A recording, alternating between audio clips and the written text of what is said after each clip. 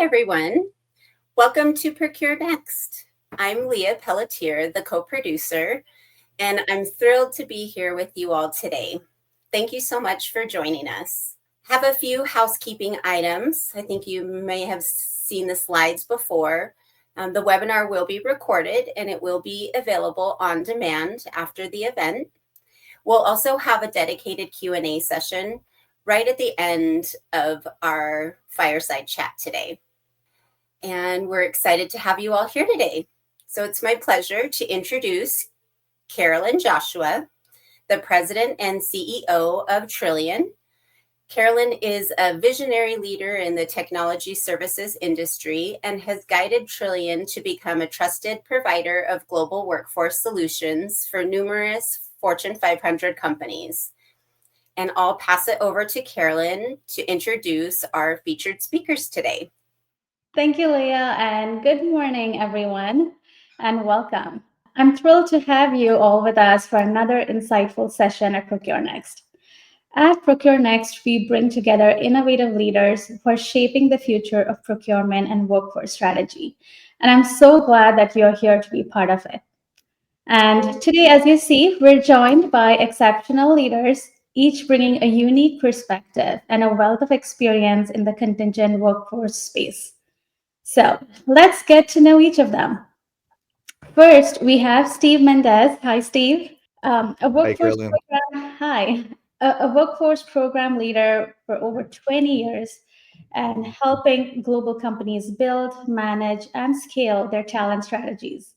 He currently oversees ServiceNow's global contingent workforce program, driving efficiency, compliance, and innovation in hiring. Previous to ServiceNow, he managed programs at eBay and led university recruiting at KLA. A U.S. Army veteran and fluent Spanish speaker, Steve is passionate about connecting people with opportunities and shaping the future of work. And here's a fun fact. He's a one-man band. So he plays multiple instruments, sings, and produces his own tracks. And he's even working towards releasing an album on Spotify. So we should add that at the end of the show. Welcome, Steve. Thank you, Carolyn. Thanks for having me. And next we have Wendy Wu, a dynamic and resourceful leader with over 20 years in the contingent workforce management space. She has expertise in labor strategies and optimizing procurement processes through cross-functional collaboration and data-driven insights. Her background spans strategic sourcing, program deployment, policy creation, supplier management, M&A integration, risk mitigation, and financial excellence. That's awesome. And a fun fact, Wendy had the luxury of living in Switzerland for 3 years, and during that time, she traveled to more than 60 cities across Europe. That's my dream, Wendy. So welcome. Thanks for having me.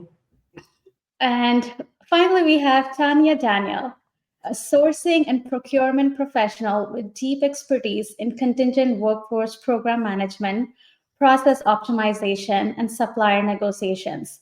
She has led large-scale implementations of workforce technologies and focuses on driving efficiency, reducing risk, and ensuring quality outcomes across global programs. And a fun fact about her, Tanya learned to ski when she was just 7 years old and now spends most of her winters skiing in Tahoe. And actually, you're in one of those places right now. So, Tanya, welcome to Procure Next. Thank you. Yes, appreciate it. So, today we're going to talk about what it really takes to lead a contingent workforce program. And I've known all of you personally, and I know the backgrounds and the programs that you've done. So whether you're inheriting a legacy system or building one from ground up, the paths may look different, but ultimately the goal is the same, right? It's creating a program that works, that scales, and that lasts. So one way to think of it is that some leaders, walk into a house and then they remodel it, while others have an empty lot and you have to design it from scratch. But in both cases, you're trying to build a home that people want to live in. So that's what we're going to dive into today. So to kickstart our session, I'm sure all of you have faced challenges and surprises when you first stepped into a CW program, right? Whether you inherited it or you built it from scratch. So, Steve, we could start with you. Any surprise that you encountered in your role? Yeah. Thanks for allowing me to be first. So a lot of surprises when I first came into the programs that I've supported, but when coming to ServiceNow, I think one of the biggest surprises was I had this vision that the company, the program wasn't as mature as other programs that I've seen or been experienced with. So I thought that there was a lot of sort of infrastructure things that were missing, some foundational elements that haven't been implemented yet. That was my expectation. I felt like a lot of processes were probably manual. So I came in here with the expectation that I have to build a lot of stuff from the ground up. To my surprise, when I did come in, I realized that there was a lot of actually really good foundation and different processes, different things, and that actually the program was a lot more mature than I expected it to be for the amount of time that they have spent implementing it. So that was what really surprised me. There wasn't a huge lift to do anything innovative like that crazy or such a huge change management. It was just more improving on existing processes. So kudos to the people that were here before me because they actually set up the table really nicely, which really surprised me for being a rocket ship that ServiceNow is, where the company's growing at a much faster pace than even our program, right? And the other thing that surprised me is the second thing that sticks out is the amount of projects that we had in flight. So I've never been or came into a situation where there's like 15, 20 projects all going on at the same time at different stages of the project. And that's what surprised me because I thought, okay, well, there's going to be, let's see what I can work on. No, it was like, this is what we have. Go for it. So that was extremely surprising to me.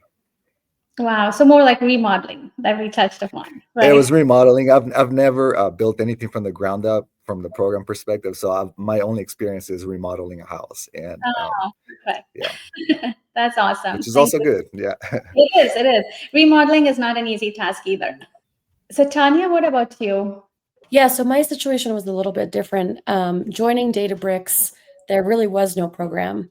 We typically, the typical process was going through procurement, getting contracts set up for workers, and being that I was in procurement and overseeing the contingent workforce spend category, I decided to run an RFP for an MSP and a VMS, and then that kind of led down the path of really owning the program, creating the program from the ground up.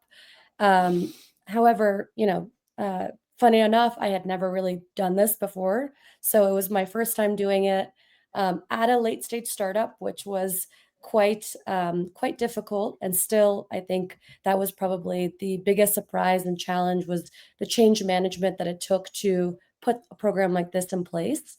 So that was really the biggest thing for me.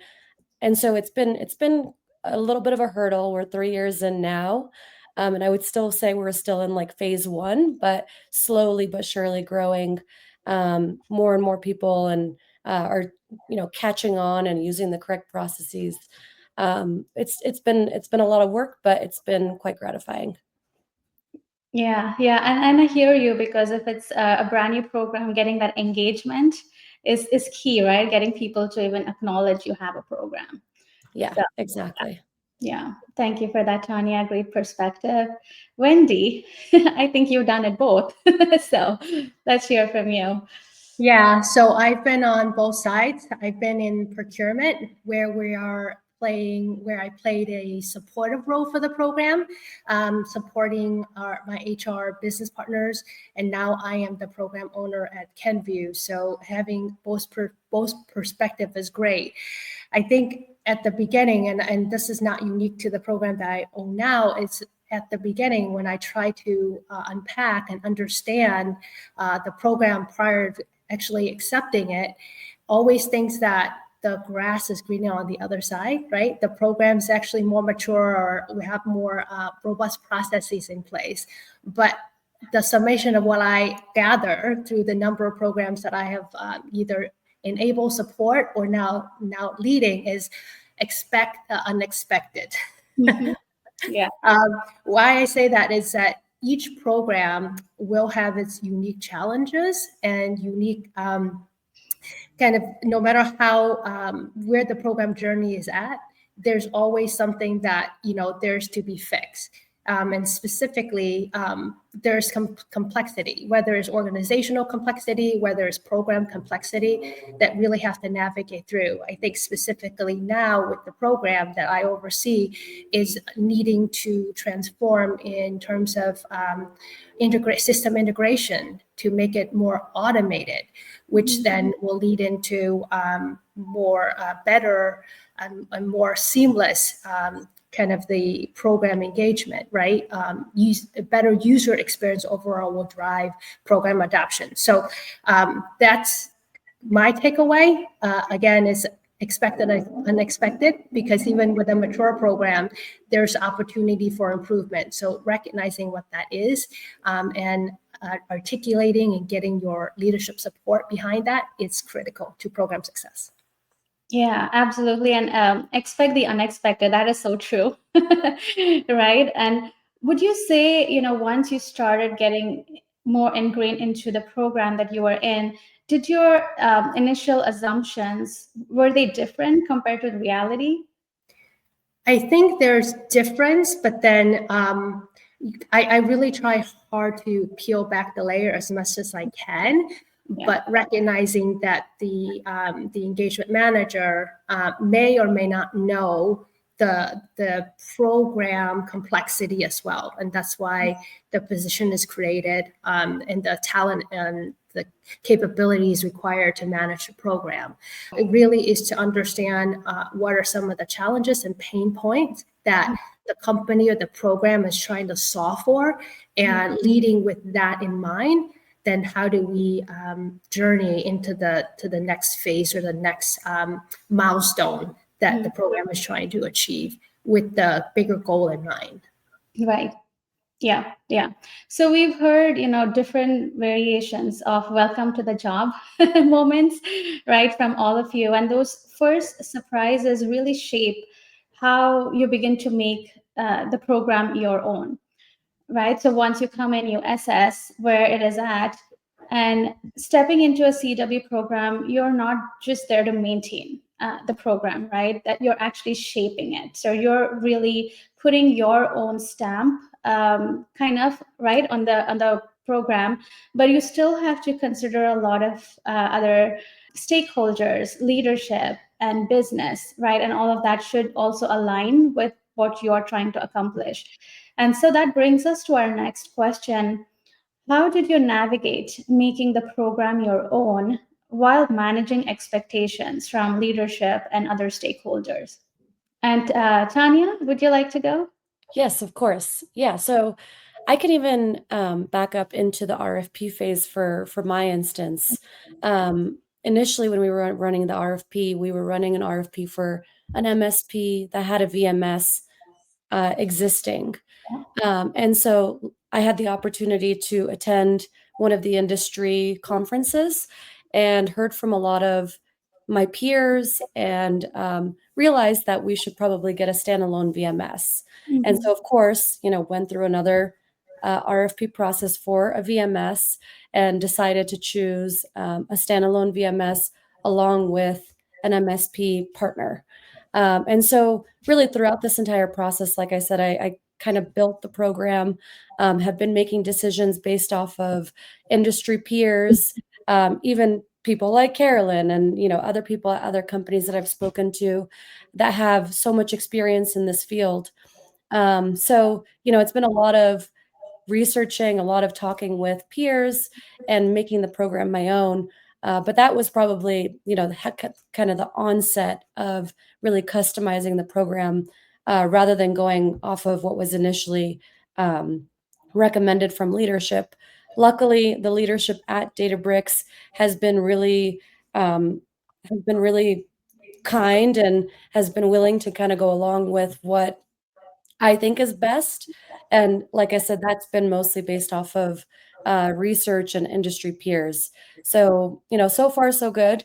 It's like I said earlier, it has been a journey to get to where we are, but it's been nice having that flexibility. Yeah, yeah. And I've known you, Tanya, for a while now, right? So I have seen that progression go through. So yeah, thank you for sharing your perspective. Wendy? Yes, I'm happy to chime in and kind of add from my perspective, right? Currently, the program was recently transitioned as I step into the HR operations role. The program was actually transitioned from procurement to HR solutions, HR ops. And when I took the role, I actually stepped back and looked at the program scope and how wide reach the program is, right? Understand the current challenges and understand really who are the players that will be able to support and I have to influence to drive the program progress and roadmap forward. Recognizing what are some of the challenges and complexity the program is trying to solve for, and trying to really peel it back because at the start I was only a team of one, and since the inception, I've been lucky enough to add two great team members to support me from a global perspective, right? So recognizing what are the challenges and connecting the dots with the leadership team to understand what's the North Star look like, then beginning to formulate the program strategy along with the roadmap of how we get there. And I think getting that buy-in, it was tremendous. At least we have our eyes on the prize and what that 3-year roadmap will look like, and call out any dependencies and where there may be roadblocks that we need to solve for if we don't have alignment, right? Data is a critical component of the program right now to have data clarity and making sure that we have the right worker classification is critical. Bringing that consistency globally. Compliance is another critical aspect of it, making sure that we're compliant, and lastly, program adoption. So those were the main pillars, right, underneath the program that we're trying to solve for. And with that 3-year strategy and actually being very thoughtful and revisiting that every 6 months to a year to do a pulse check with the broader team and with the tech and data team, because there is they play an integral part in the overall program, needing to have the automation integration. It's key. So recognizing that it's what I think that it's going to drive the program further, right? And be very thoughtful in not trying to boil the ocean because everything could be on fire, but prioritizing the project and prioritizing the immediate problems that we can allocate proper resource and escalate as needed. Yeah, yeah, that's great points, Wendy. And would you say any particular strategies helped you with this, like with success? Yeah. I have put a governance program, a governance team in place, right, on highlighting who is the program owner and who are the enabling function enabler and who are the SMEs that actually feeds into that overall governance. And the cadence of which we meet as a leadership team is critical. And then where do we pull in from a supplier perspective or MSP or regional master vendor to ensure that the strategy is enhancing the everyday work, right? So that we can focus on what makes sense and how do we drive program value and adoption overall. And so I find that very helpful. And getting that alignment, various stakeholder will be key as well, so that we have a regular connection. Right, absolutely. Yeah. And Steve, you had a mentor program, right? So how did you make it your own? That's a tricky question. I don't know that I've accomplished making it my own, but definitely making strides to do that. I mean, I think with these global programs, it's a lot harder than you think to make it your own, just because of all the different stakeholders, the suppliers, all the MSP components that you add in there, technology. But I think, I echo what Wendy and Tanya said. There's a lot of just stakeholder engagement that you have to do and build that trust and really just start implementing things that matter, like what matters to them. What is the things that they care about, right? For us, some of us, it may be compliance. For some of us, it may be talent delivery. For some groups, it's cost savings, right? So what really matters to the business, build in that trust, show them data, and, just the main thing also too is sometimes in our programs we tend to be like really eager beaver to try to make changes and over engineer things without understanding the downstream impact. And I think that's kind of one of the things that I've done here is really understand everything that's connected to this one thing that you want to change, to make sure that you're not over engineering or causing an issue 6 months down the line. All these things, coupled with sort of like what other kind of, I come from a recruiting background. So my background allows me to always look at what other delivery methods can we do, cater to the business for certain things, right? I kind of put my recruiting hat on and say, how can we deliver the most talent? Because to me, that's the number one thing for me is if we don't deliver the talent, we're not going to get program adoption. We're not going to get any of these other things that are side effects of having a good program. So my focus is always like, how do we do dedicated delivery models? How do I work with a specific business? How do they engage talent today? And how do we embed ourselves into that process and make it compliant? So I think, when you put all those things together, you try to make it your own. But again, it can be a multi-year project, and sometimes, people in our positions don't stay long enough to make it fully our own. We set up a table, it's set up really nicely, and then we end up going somewhere else. But I think if you stay long enough, it can eventually become your own, especially if you are able to build that trust with like the key leaders in your company, right?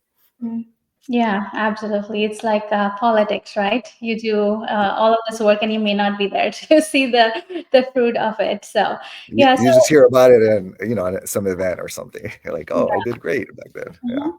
Yeah. So I see like each of you have very different takes, right, to what it means to make the program your own. And there's no single playbook because each of you have approached it in your own way. And that's a good segue to actually our next question, which is all about juggling priorities, right? So CW leaders, they live, you live right in the middle of competing priorities. And sometimes I wonder how you do it because you're constantly being asked for cost savings, compliance, speed, talent quality, right? So and you can't give everything equal attention at the same time. So some choices need to be done. So the question, when juggling competing program priorities, how do you decide which aspect gets attention first? Wendy, let's start with you. Thanks, Caroline. I think admittedly, I'm not very good at it. I'll just say that out loud. I'm not very good at juggling competing priorities because we are, as a program lead, we get pulled in many different directions, right, on a day-to-day basis. And right now with the program, we have a lot of projects going on to set a foundation with the program transformation and automation to really set the foundation. And using North America as the starting point, the launch point, if you will. It's very difficult between project work and managing BAU. I think it really try to separate the priority versus the noise for me, right? And I think we need to make sure that we have the right tool to enable our team to do their job. But then I find that also making sure that there's alignment with what in providing the right coaching to our MSP or even Master Ven to help alleviate some of the inquiries that may come in will help us as a program team be more effective and impactful in that case. And I think constantly connecting with our team to check in to see how they're doing and what inquiries that may come up and start building the FAQ so that we can educate and help our team be the best that they can to do their work. So to minimize that noise, but then help them also prioritize and help me prioritize better, right? On making sure that we have sufficient time, not just for meetings, but also block out our day for desk time, because oftentimes our calendar does get backed up with a lot of meetings because we work in a virtual international setting. So our mornings are really, really crazy managing the different time zones. That morning is usually the few hours that we have overlap and collaborating hours. So trying to be very mindful and diligent of blocking out a couple of hours in the afternoon just so that we can actually get some work done. So that's the message and the ask for my team as well, so that we can be effective and managing all the competing priorities. Yeah, yeah. That the time block where you need some time to figure out what happened the whole day, right? Where everybody is only ask for, to you. So Indeed. thank you for sharing that, Wendy. And Steve, what is your approach? I mean, I honestly, I go for the low hanging fruit, and you have to be realistic with what you can accomplish in the next quarter or two, and then what's something more long term. And so, like I said, when I came to ServiceNow, there was like no less than 15 projects in flight, and all with different levels of complexity, different stages, different types of, some were integration tech, some were process improvements, some were things like that. And so you just have to basically go through that. And one of the first things I did in the first couple of weeks was go through those projects and outline, okay, what can I realistically do this quarter, next quarter? What are the stakeholders involved? Because the more stakeholders involved, the longer it's going to take, right? You're depending on people's bandwidth. And I think, especially when it comes to tech resources.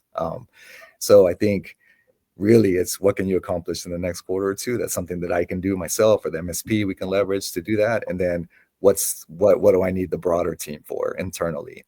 And then you start to map it out and put a map together, and then your 2-year picture looks a little different, right? So I think that's kind of the approach, is always just understanding what matters. And of course, as somebody called it, I think it was you, Wendy, like there's always changes. So priorities, it could be they could be a set of priorities today. Next quarter, it's an entirely different set of priorities because there's some compliance issue that came up or some legal issue that came up. And suddenly some security project is now at the forefront of what you have to do, regardless of how long it takes. So just being able to be adaptable and just understand that your roadmap may change in a few months, and you're okay with that, and understand that that's part of your job. Then I think that's kind of how you keep your sanity when you're trying to juggle these competing priorities. But that's my approach. Is just look at what I can do in the next 90 days, 60 days, and then long term after that. Yeah, and they just throw like, hey, how about this country?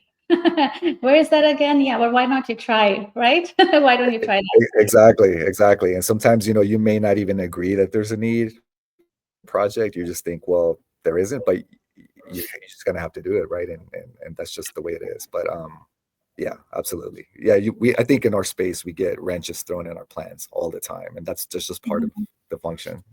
Yeah, absolutely. I totally agree with you there, Steve.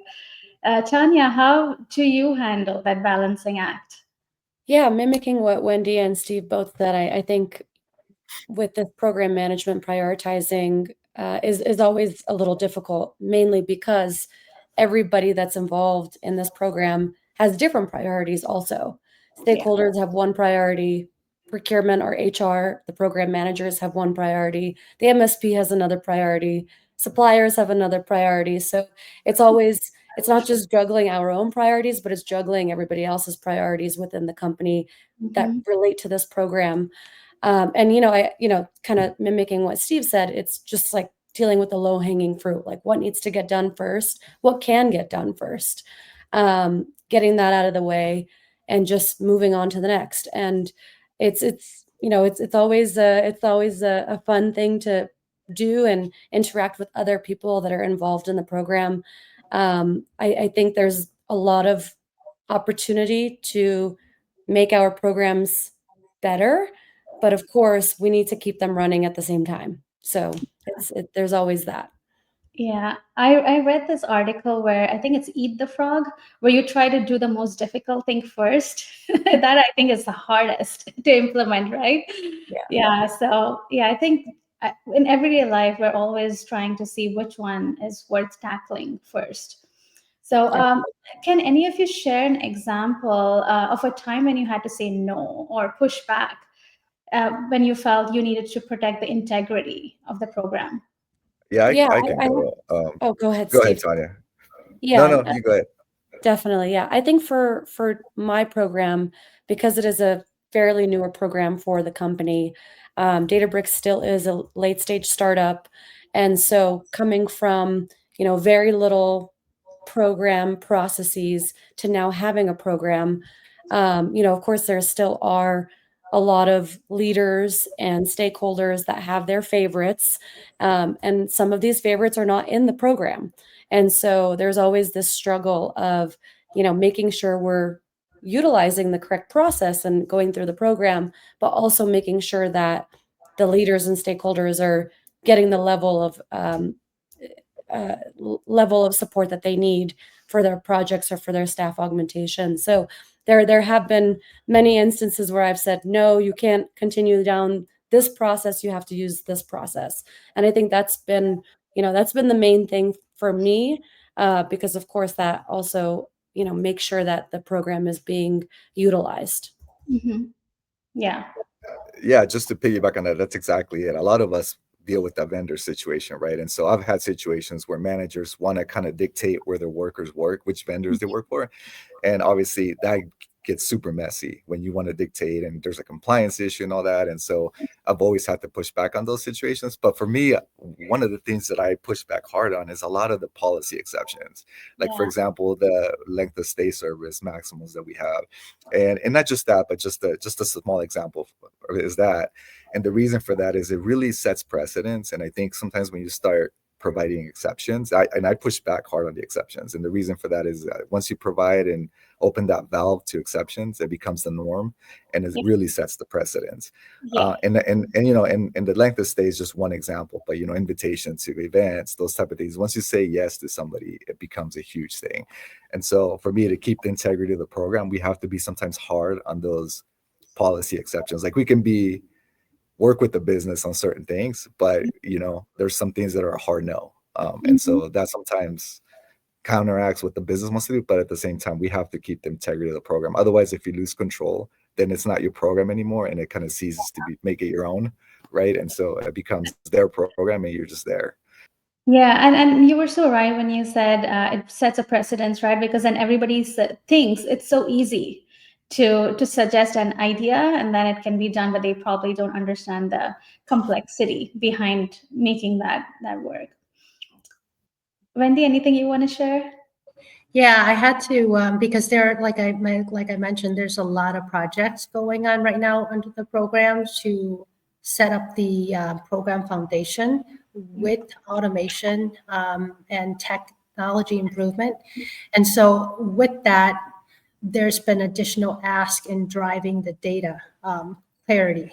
And I had to push back because we have a data aggregator. So the ask came from procurement to build the dashboard.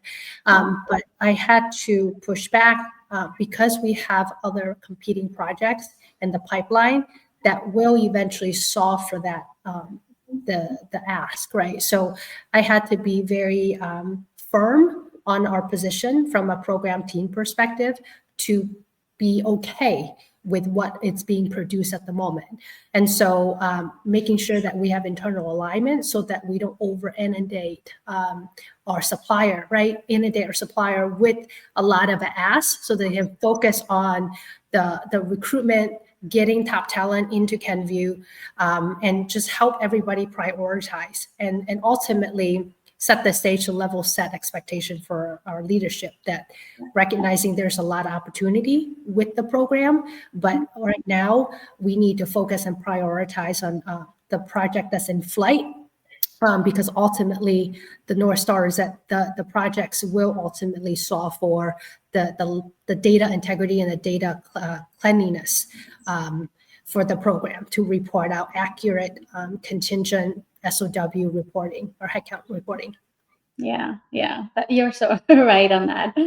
So we've heard each of you make those tough trade-offs, right? And it's clear that prioritization isn't just about putting out fires like today's fires, but also protecting the long-term health of the program and what you think is important for the program to function very cohesively. So that leads us to our final question on lessons that you've learned along the way. So through all the surprises, the balancing acts, the tough calls that come with leading these global programs, what is one lesson you wish you had known before taking over your current role? And Steve, would you like to start? Yeah, sure. I can start. I don't know if it's one lesson. I think for me, I wasn't prepared for the mind shift of coming to. So most of my career spent on the service side. So, had a delivery desk, did all that. And so at some point when I transitioned over into in-house, one of the things that I had to do is mind shift from a service delivery person to now a strategic partner for a large global business entity. And that mind shift is a lot harder than you think, because I still came into the program with that service mentality. I have to respond within an hour. I have to, meet every single stakeholder.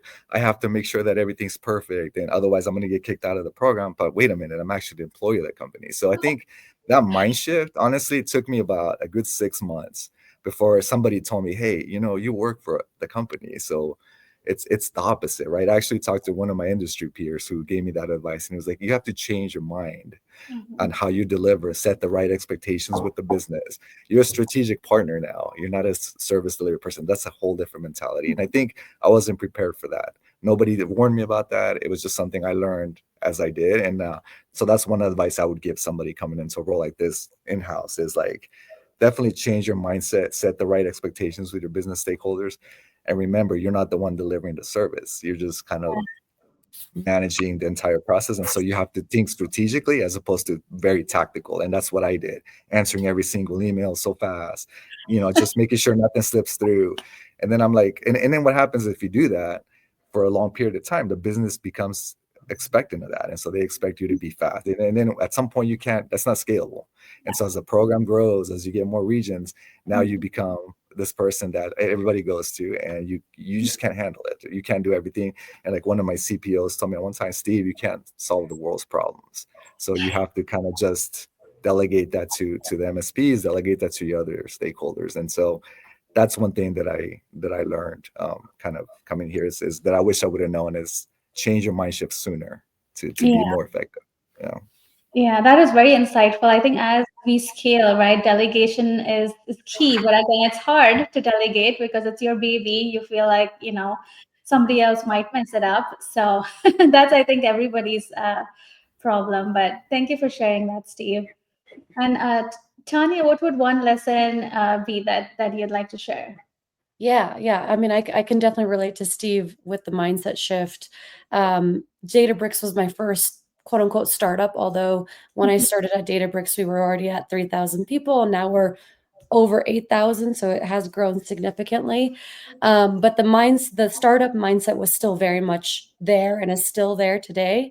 And that is very different than previous companies that I had worked at, where there were more processes, more paperwork, so to say, that people were used to. And so really understanding the types of people that I was working with, that was definitely a mindset shift for me.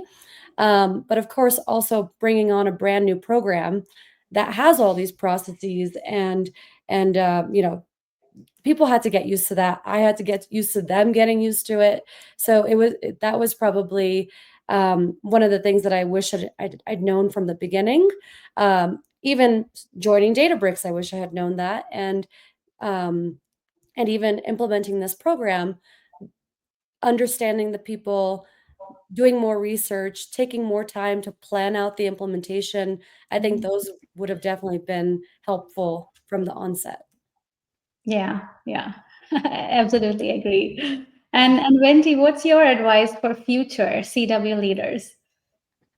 I think depends on each the background, right? Like I came from procurement and always been in procurement. So echoing what Tanya and Steve said about mindset shift, it's shifting from a very cost-driven approach to more of an overall program health, right? Looking at very much the strategy of it, solving what the company is trying to priority, but then how does that flow down to how the program needs to deliver against those company strategy and objective from a people perspective, right? But I think the biggest lesson is, and always going into a new role, is to be comfortable being uncomfortable. And ensuring that just it's okay that you don't know everything, because it's a journey, right? And so lean on your stakeholders, lean on your team, lean on your MSP to help you bridge that learning curve, bridge that gap, So I had to be uncomfortable or comfortable to be uncomfortable in a new role, but also getting up to speed with all the ins and outs of the program from a global scale. So I think that was the biggest lesson, and learning to hire the right people so that you can lean on them, that together, right, we can achieve great things. Just something that I instill in my team, that we are now the business, because a lot of my team members came from different background, whether it's recruitment, whether that is it from procurement, really also changing their mindset as we now own the program and it starts and stops with us. So how can we make the program better? But then how do we learn to lean on each other and help each other prioritize the priorities? Yeah. And yeah, a lot of valuable lesson in there from all of you and the lessons learned. Thank you all for sharing. I think now we can take a few questions from our audience. So maybe our producers can help choose a few questions. So Vinod is asking, I'm wondering if you can share how you determine a request coming in for a CW is indeed a CW, not professional services or a managed service. Okay. Whoever wants to go first. Yeah, we at Databricks, I've created some material that clearly breaks down the difference between the different classifications. So we would call CW staff augmentation, and professional services and managed services would go all under SOW. And there's clear identifiers for each type of worker. And so, for example, are they being managed by a Databricks manager? Are they an hourly worker? How are they being managed? And so, if they are mimicking the role of a full-time employee, or they're being managed directly by a full-time employee, we kind of take those more towards staff augmentation, whereas an SOW worker is really truly being managed by the vendor. Yeah, the day-to-day interaction. Yeah, so with the other customers that we work with as well, there are these 5 or 6 questions, which I think clearly helps to avoid misclassification, right? Yeah. Sorry, Tanya, go ahead. I think it comes down to control and like who's controlling the projects, the management. That's how you kind of determine that. But this is where I rely heavily on my strategic sourcing partners to be able to look at an SOW and say who's actually controlling this project, right? And that's how we would make that determination. But it's a lot of what Tanya said. It's just really about who has the control of that engagement. Yeah. And I know, Wendy, you've been in this situation quite a bit, right? With the SOW part. Yeah, I had to actually reestablish the definitions and the types of engagement that actually falls into our Flex Talent Solution program and what falls out. And I had to actually instill the name in our engagement manager and begin to socialize the information, right, more broadly, because we were spinned off from a larger pharmaceutical program. So it's now really looking at standing up our own and finding our own identity, and re-educating a lot of the users on how we define contingent versus IC, independent contractors, right, in the North America program, versus what we would define as partners, which is all our service providers. And the kind of the characteristics that feeds into each of the work stream will hopefully help clarify those questions. And certainly if you have an MSP or a master ven, and if they're the one who's doing the intake call, right, then they should be able to answer and help with that decision making. Yeah. Agree with that. And is there another question? Okay. When facing resistance to change, is it better to push through top-down mandates or to wait for broader consensus and buy-in if it slows progress, even if it slows progress? I think it depends on the situation, but Wendy, you can go.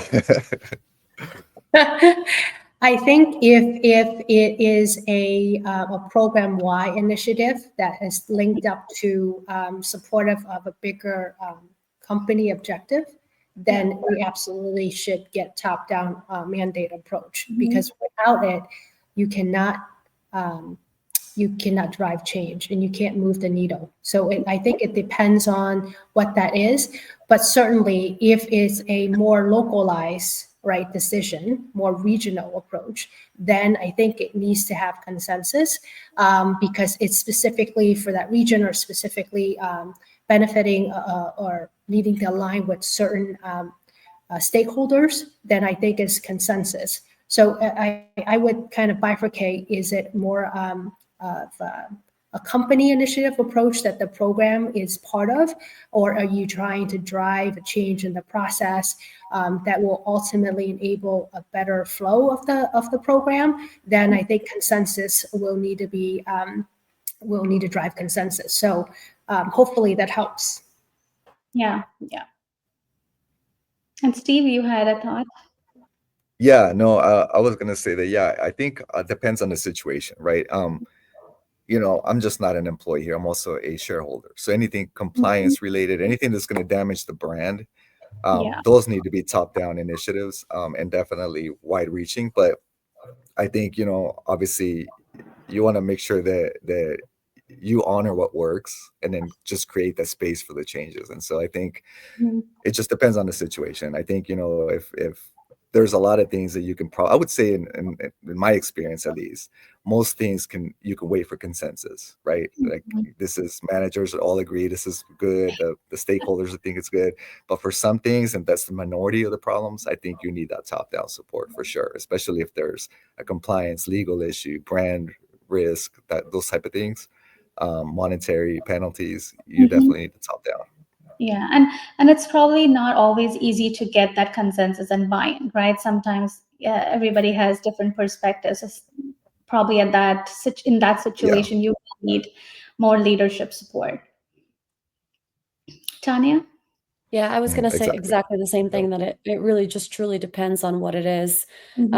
Again, mimicking what Steve said, if it is compliance and if it's going to tarnish the company's reputation, go top down. But if it's something else that's more like program initiatives or, just changes that we think will make it more efficient, for those, the typical approach that I've taken, just being a procurement professional, is using data.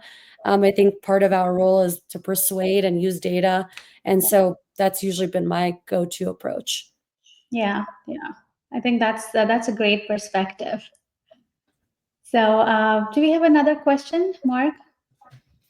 In your experience, what are the most common pitfalls that new CW program leaders should watch out for? I can take that one first. I think trying to cater to every single piece of your business. So I think that's a huge rabbit hole. Like when you have a certain group that, well, we do it this way. So this is the delivery we want. Another group, we want it this way. And suddenly you have 10 different delivery models for your program. I think that can go south pretty quickly. I've seen it go south pretty quickly. And so I think that's one of the pitfalls you want to avoid. You want to try to maintain consistency across the board as much as possible, as much as the process or legal the laws allowed, right? But I think having consistency to everything it's easier to sell, it's easier to show the data, it's easier to measure apples to apples instead of apples to oranges. And I think when you start doing ad hoc things for certain business groups, that's just one, like, it's the rabbit hole you don't want to go down, at least in my experience. But I'd love to hear what Wendy and Tanya think about that too. Yeah. I can go next. I think that the biggest learning is, and through the number of programs that I've managed, is take it in bite size. I think in the beginning, as a new leader, program leader, you're trying to, as Steve mentioned, rightfully so, we're just trying to please everybody, but making sure that you have the program goal in mind, what that North Star looks like, right? But also trying to not boil the ocean. I think that's really important. Take it in bite size, recognizing that the low-hanging fruit, what can we influence in short term, and what changes will drive the best value, right? But then also, what does that midterm, long-term look like? And realistically, what can we tackle? So that we can already make some small wins, and don't forget to celebrate the small wins along the way, because that's important, because the program journey and the complexity, it could be several years. But making sure that you prioritize the short-term, midterm, and long-term priorities. And it's okay, like I said, it's okay that you don't know everything. That's why you have a team, or you have your MSP, your VMS partners there, and to reassess if it's still the right strategy and if it's still aligning to the corporate strategy, because change is the constant.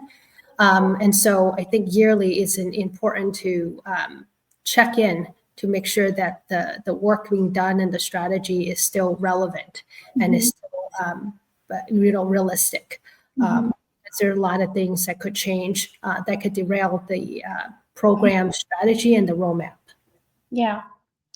Yeah. So we're, again, it's the same highlights that we talked about, like the juggling conflicting priorities, right? And keeping the program whole. Yep. I think we have time for one more question. How to balance the need for global consistency in your program while adapting to the unique requirements of regions like EMEA and APAC?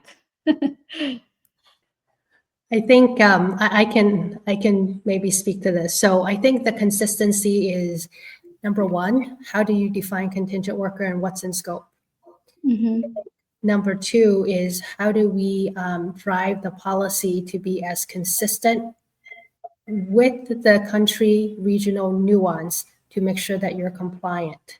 Yeah. Third, have as much as possible, have a consistent VMS to track and support where it makes sense from a worker tracking perspective to bring that consistency. And like I said, it needs to make sense because it depends on spend, depends on headcount, and depends on complexity, right? So making sure that you have the right partner and the right VMS tool to enable that will help a long way.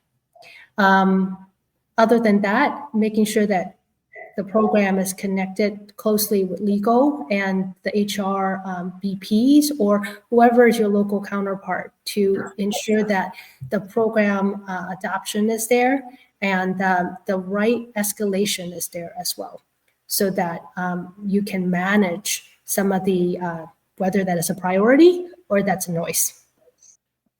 I think Wendy hit it on the spot. I think, it's about trying to, like I was saying earlier, it's hard. Try to maintain that consistency as much as you can. But of course, there are regions where it's not possible, right? And so you just kind of have to ad hoc something. But even that whatever you ad hoc can be consistent. So, just trying to maintain that as much as possible. Okay.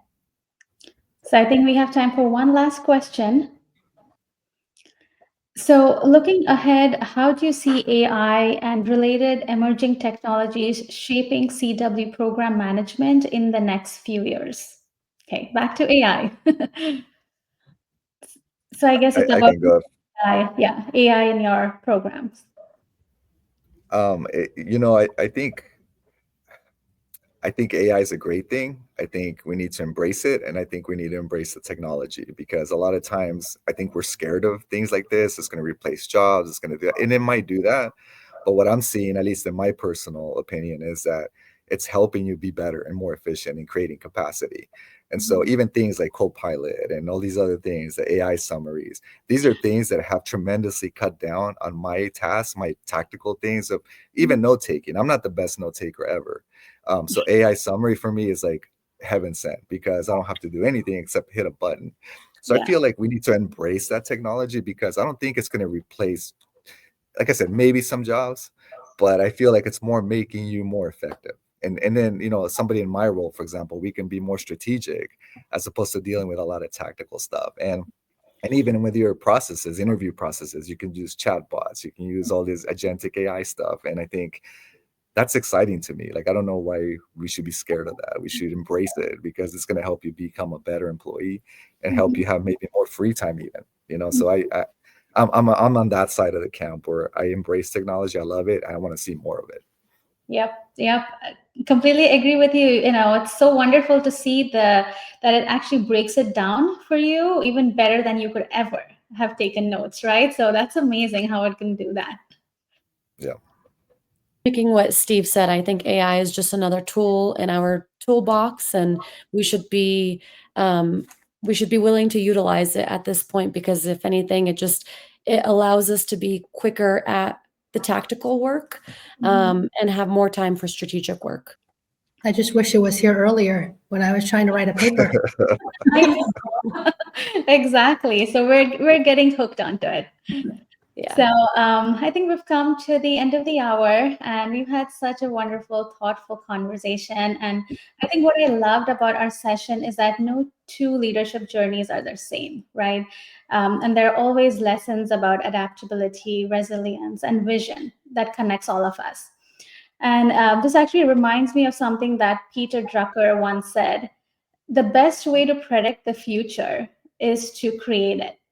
So I feel that is especially true in today's world in the contingent workforce programs, because each of you is shaping what the future of work would look like. So your jobs are super, super important to a lot of people in this ecosystem. So a huge thank you to Steve, Wendy, and Tanya for sharing their perspectives. And thank you to all of you in our audience for being a part of our community. As promised, we'll send out the recording, and it's available on demand as well on our website. And I hope you're going to get at least one insight that you can take back into your workspace. So until then, network, excel, and transform. Thank you. Thank you. Bye.